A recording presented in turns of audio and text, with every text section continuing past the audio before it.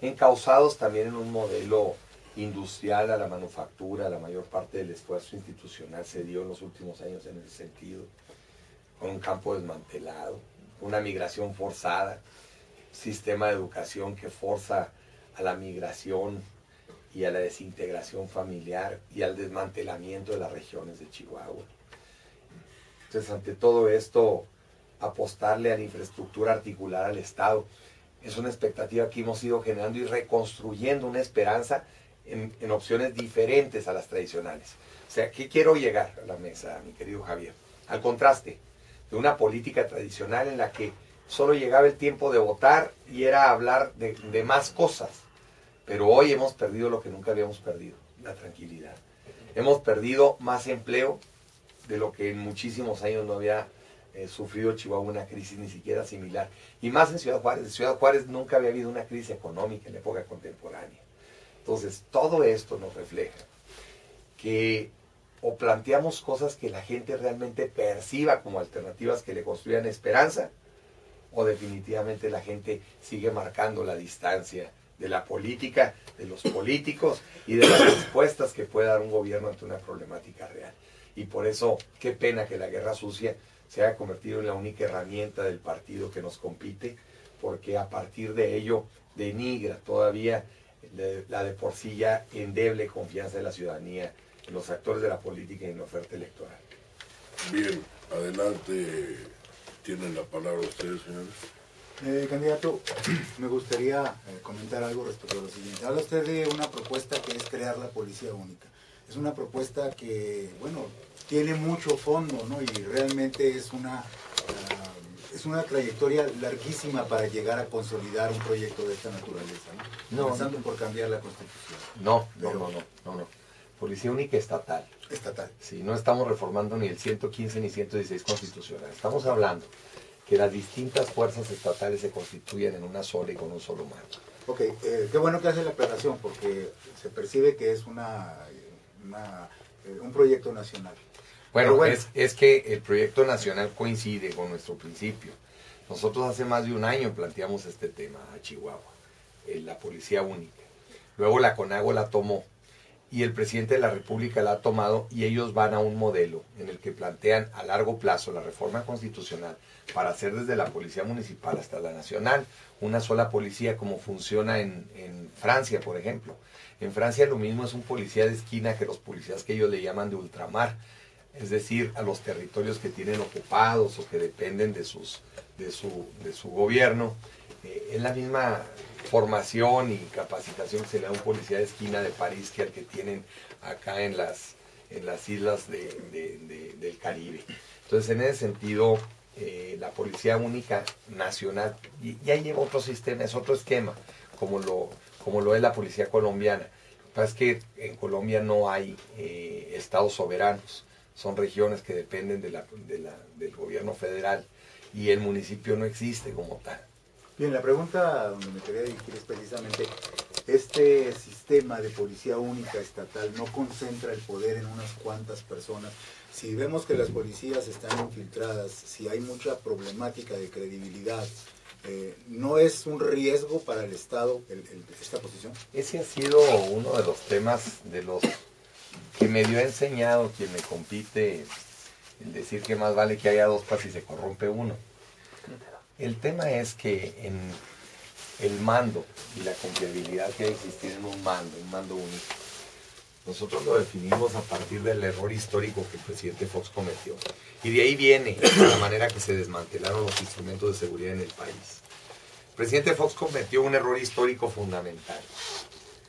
Rompió el equilibrio entre civiles y militares al nombrar un militar en activo Procurador General de la República. Y de alguna manera, bien o mal, chueco derecho, los equilibrios entre civiles y militares eran de la Procuraduría de Justicia, Procuraduría General de la República con la Secretaría de la Defensa. Y ese instrumento se balanceaba. Finalmente se cuidaban unos a otros.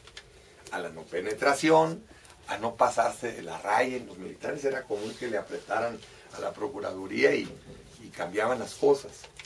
Si un procurador en activo, inmediato pasó a tener dos jefes, un militar en activo, pues es subalterno del secretario de la Defensa y del presidente de la República como procurador. Se empezaron a mezclar militares en la Procuraduría y no se quedó ahí. Todavía se formó, el presidente Fox formó la Secretaría de Seguridad Pública Federal. Es decir, le quitó la mitad de la fuerza a la Procuraduría General de la República creando la Secretaría de Seguridad Pública. Dispersó las fuerzas federales en distintos mandos. Luego se liberó al Chapo, no sé si recuerdan ustedes, y se le dio fuerza a otro grupo delincuencial en el país. Era el Golfo, era el Chapo, era Juárez, eran quién sabe cuántas cosas. Y a partir de eso, con la dispersión de fuerzas, con los distintos mandos, ¿qué sucedió? Pues ahorita gastan más esfuerzos en cuidarse la Procuraduría, de la Secretaría de Seguridad Pública, del Ejército, de la Marina, por la penetración de los distintos grupos a distintas fuerzas. Y gastan más esfuerzo en cuidarse entre ellos que en cuidar la ciudadanía. Y ese es el grave error, dispersó la fuerza. Y dice aquel viejo libro de la guerra, que más vale un general malo que dos buenos, porque en la dispersión de la fuerza está la debilidad del Estado. Entonces, sobre todo en un momento como este. Valentín, adelante. Bueno, buenos días. Candidato, sabemos que el problema de seguridad en Chihuahua y en el país es grave, ¿verdad? Y que hay estrategias. Una de esas estrategias puede ser la policía única, pero definitivamente con policía no se soluciona completamente el problema de seguridad. Hay otro asunto que a mí me gustaría plantearle, que creo que es vital y por ahí pudiera empezar a solucionarse, a lo mejor poco a poco, pero una solución más real o real, el problema de inseguridad en el Estado, el de la educación. En educación, aquí en Chihuahua, se invierte el 98% del presupuesto en puro sueldo de maestros. O sea, queda muy poco para atender otras funciones y otras actividades propias del ramo educativo. Es el inventado presupuesto del ramo 33.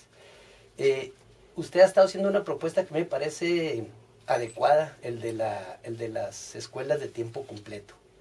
Escuelas de tiempo completo donde los niños incluso coman ahí y lleguen ya hasta más tarde, como sucedía antaño, ¿verdad? Sí. Que prácticamente vivía uno en la escuela. Cuando íbamos en dos tiempos, yo me tocó escuela dos tiempos.